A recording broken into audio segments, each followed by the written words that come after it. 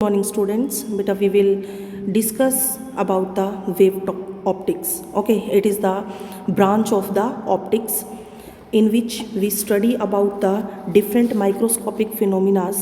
Microscopic phenomena कौन कौन से हैं हमारे, जैसे इंटरफेरेंस है, पोलराइजेशन है, और थर्ड है हमारा interference, polarisation and diffraction. Wave optics के अंदर हम जितने भी माइक्रोस्कोपिक लेवल के फिनोमिनाज हैं वो सारे के सारे हम किसके अंदर पढ़ते हैं, वेव ऑप्टिक्स के अंदर पढ़ते हैं। ठीक है, उससे पहले हमने किया था रे ऑप्टिक्स के बारे में। रे ऑप्टिक्स के अंदर हम कौन से फिनोमिनाज पढ़ते हैं, रे ऑप्टिक्स में हम मैक्रोस्कोपिक लेवल के जितने भी फिनोमिनाज हैं उनकी स्टडी करते हैं। जैसे हमारा हो गया reflection, refraction and the rectilinear propagation of wave, rectilinear propagation of wave, ये सारी चीज़ें हम किसके अंदर पढ़ते हैं, वेव ऑप्टिक्स के अंदर पढ़ते हैं। ठीक है, ये हमने सारी की सारी रे ऑप्टिक्स में पढ़ी थी। वेव ऑप्टिक्स के जो हमारे फिनोमिनाज हैं वो कौन कौन से हैं, डायफ्रैक्शन, इंटरफेरेंस और third one is the polarisation. ठीक है, इसमें वेव ऑप्टिक्स के अंदर क्या होता है, वेव ऑप्टिक्स एक कनेक्शन डिस्क्राइब करती है between the waves and the rays of the light. Okay, and according to the wave theory of the light, wave theory क्या कहती है लाइट की, light is in the form of energy which travels through a medium in the form of transverse waves. Okay, जो हमारी light है वो energy की form में होती है। ठीक है, जब वो ट्रैवल करती है किसी मीडियम के अंदर तो किस वेव की फॉर्म में ट्रैवल करती है, ट्रांसवर्स वेव की फॉर्म में ट्रैवल करती है। About the transverse wave we have already discussed in the electromagnetic waves, that is the unit 5th। Okay, जो वेव थ्योरी है ये एक नया कंसेप्ट इंट्रोड्यूस करती है, that is the wave front. Okay, और जो स्पीड ऑफ लाइट होती है हमारी वो किस चीज़ के ऊपर डिपेंड करती है, वो किस मीडियम के अंदर ट्रैवल कर रही है, it depends upon the nature of the medium. उसके बाद वेव नेचर, देखो सबसे पहले जो हमारा वेव ऑप्टिक्स का कंसेप्ट है उसमें हाइगन्स ने अपने हाइपोथेटिकल लॉ दिया था, मतलब हाइपोथेसिस दी थी उसने। हाइपोथेसिस में उसने क्या कंसीडर किया, एक हाइपोथेटिकल मीडियम कंसीडर किया जिसमें उसने कहा कि जो पार्टिकल्स हैं वो मासलेस पार्टिकल्स होंगे जिसकी इलास्टिसिटी तो कम होगी और डेंसिटी क्या होगी, हाई होगी। लेकिन बाद में ये प्रूफ हुआ कि ऐसा कोई मीडियम एग्जिस्ट नहीं कर सकता, क्योंकि जो स्पीड ऑफ लाइट है वो बहुत ज़्यादा है। स्पीड ऑफ लाइट ज़्यादा होने की वजह से जो पार्टिकल्स की इलास्टिसिटी है, मतलब इलास्टिसिटी ज़्यादा होगी और डेंसिटी क्या होगी हमारी, कम होगी। ठीक है, तो ऐसा कोई मीडियम एग्जिस्ट नहीं करता। ओके, उसके बाद हम डिस्कस करेंगे कि वेव फ्रंट क्या होता है। ठीक है, क्या है वेव फ्रंट। वेव फ्रंट क्या है, it is the continuous locus of all the particles of a medium which are vibrating in the same phase, जो सेम फेज के अंदर जो हमारे पार्टिकल्स वाइब्रेट कर रहे हैं। ठीक है, collection of locus of particles, collection of the locus of all the particles of a medium which are vibrating in the same phase at a given instant, that is known as the wave front. Okay, हमारे पास 3 type की wave front होती है। First one is the spherical wave front, जिसमें point source हम consider करते हैं, और वो कैसा होता है, इस तरीके से पॉइंट सोर्स। और उस जो वेव फ्रंट होगी वो कैसी होगी हमारी वेव फ्रंट, क्योंकि यहाँ से जब लाइट निकलेगी तो वो क्या बनाएगी, एक स्फेरिकल वेव फ्रंट बनाएगी। ठीक है, दूसरी है हमारी सिलेंड्रिकल वेव फ्रंट। दूसरी कौन सी है हमारी, सिलेंड्रिकल वेव फ्रंट। इसके अंदर जो सोर्स ऑफ लाइट है वो कैसा होगा, लीनियर होगा। ठीक है, अब वो लीनियर सोर्स हमें किस तरीके का दिखाई देगा, सिलेंड्रिकल शेप का दिखाई देगा। उस वेव फ्रंट को हम क्या बोलते हैं, सिलेंड्रिकल वेव फ्रंट। थर्ड है बेटा हमारे पास plane wave front. Plane wave front क्या है हमारे पास, प्लेन वेव फ्रंट जब हम पॉइंट सोर्स और प्लेन सोर्स को, सिलेंड्रिकल वेव फ्रंट को, प्लेन सोर्स या लीनियर सोर्स को जब हम एक लार्ज डिस्टेंस पे रखते हैं तो उस टाइम पे हमें वो कैसे दिखाई देते हैं, एक प्लेन की तरह दिखाई देते हैं।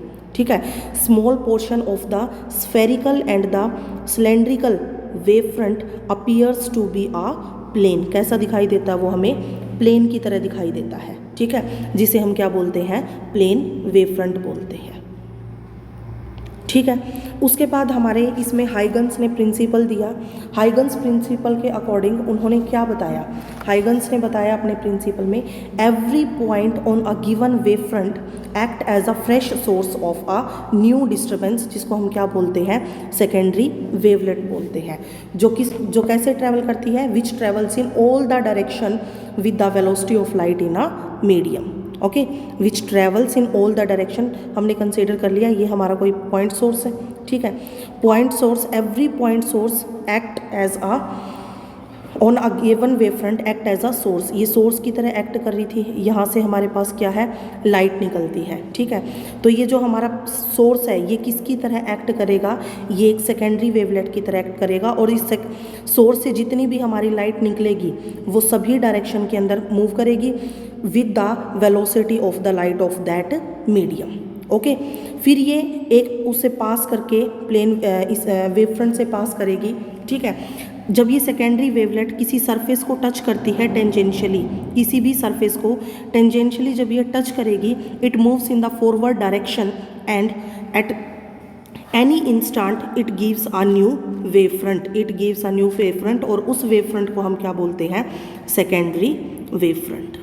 क्या बोलते हैं उसको, सेकेंडरी वेव फ्रंट। ठीक है, हमने दो चीज़ें की यहाँ पर।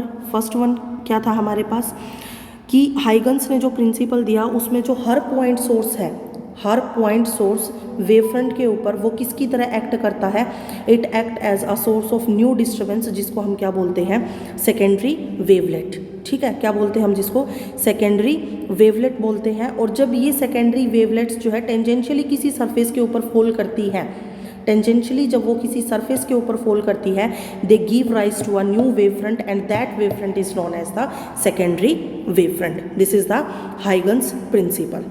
अब हमारा जो हाइगन्स प्रिंसिपल है ये लॉज ऑफ रिफ्लेक्शन को एक्सप्लेन करता है, लॉज ऑफ रिफ्रैक्शन को एक्सप्लेन करता है। ठीक है, रिफ्लेक्शन के जितने लॉज हैं उनको एक्सप्लेन करेगा, रिफ्लेक्शन के लॉज को एक्सप्लेन करता है।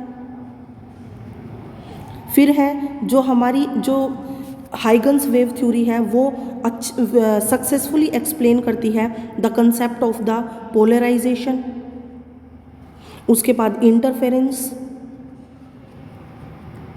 और उसके बाद है हमारे पास डायफ्रैक्शन। उसके बाद क्या है हमारे पास, डायफ्रैक्शन। ये सारे के सारे कंसेप्ट जो है हमारा ये जो हाइगन्स प्रिंसिपल है इसके बेसिस पे ये सारे के सारे जो फिनोमिनाज है वो एक्सप्लेन होते हैं। यानी कि जो हाइगन्स प्रिंसिपल है वो रे ऑप्टिक्स के जो फिनोमिनाज है उनको भी एक्सप्लेन करता है, और जो हमारे वेव ऑप्टिक्स के जो माइक्रोस्कोपिक लेवल के जो फिनोमिनाज हैं उनको भी एक्सप्लेन करता है। ठीक है, अब सबसे पहले हम डिस्कस करेंगे लॉज ऑफ रिफ्लेक्शन के बारे में। मान लिया हमारे पास ये जो ए बी है ये कोई इंसिडेंट वेव फ्रंट है, और जो ए डैश बी डैश है हमारे पास यहाँ पर ये क्या है, ये रिफ्लेक्टेड वेव फ्रंट है। ठीक है, हमने इसमें ट्रायंगल कंसीडर कर ली, A B B dash, A B B dash, ये वाली ट्रायंगल कंसीडर करी हमने। ठीक है, और एक हमने कंसीडर कर ली A B dash A dash, एक ये ट्रायंगल कंसीडर करी। इसमें हमने क्या कंसीडर किया, साइन आई की वैल्यू निकाली और साइन आर की वैल्यू निकाली, दोनों को डिवाइड किया, किसके इक्वल आ रही है ये, C into T, speed of light जितना, मतलब जितनी स्पीड ऑफ लाइट जितने टाइम में ये जितना स्पीड ऑफ लाइट ट्रैवल करते हैं, यानी कि हमने इनका क्या निकाल दिया, डिस्टेंस निकाल दिया। तो यहाँ से क्या आ जाता है, C T upon C T 1 के इक्वल, तो साइन आई किसके इक्वल आ गया, साइन आर के, यानी एंगल ऑफ इंसिडेंस किसके इक्वल है, एंगल ऑफ रिफ्लेक्शन के। जो हमारा लॉज ऑफ रिफ्लेक्शन है, जो हमारा सेकंड लॉ है, वो भी तो यही कहता है कि जो एंगल ऑफ इंसिडेंस है वो किसके इक्वल होता है, एंगल ऑफ रिफ्लेक्शन के इक्वल होता है। Similarly we can explain the laws of the reflection on the basis of the Huygens principle. उसके बाद हमारे पास जो नेक्स्ट है वो है behaviour of prism, lens and spherical mirror towards the wave front. Okay, हमने प्रिज्म कंसीडर किया, प्रिज्म पे इंसिडेंट प्लेन वेव जो है इंसिडेंट हुई, यहाँ से जो वेव फ्रंट एमर्ज आउट होगी वो किस तरीके से होगी, इस तरीके से वेव फ्रंट एमर्ज आउट होगी।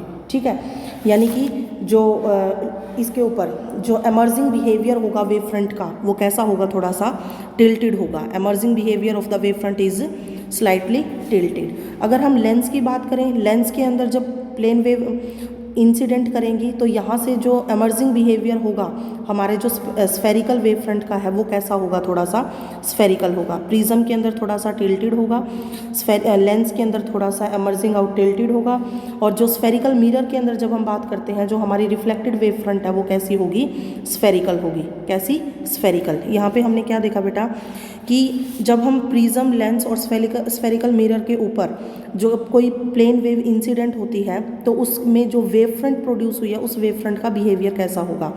हमारे यहाँ पास जो प्रिज्म है, प्रिज्म के अंदर एमर्जिंग वेव फ्रंट कैसी होंगी, थोड़ी सी टिल्टेड होंगी। जो लेंस है, लेंस के अंदर कैसी आएगी, वो स्फेरिकल होगी। और जो रिफ्लेक्टेड वेव फ्रंट है यानी कि स्फेरिकल मिरर के अंदर वो भी कैसी होगी, हमारी स्फेरिकल होगी। ठीक है। उसके बाद जो हमारा नेक्स्ट टॉपिक आता है बेटा वो है सुपरपोजिशन प्रिंसिपल। ठीक है। नेक्स्ट टॉपिक क्या है हमारा, सुपरपोजिशन प्रिंसिपल।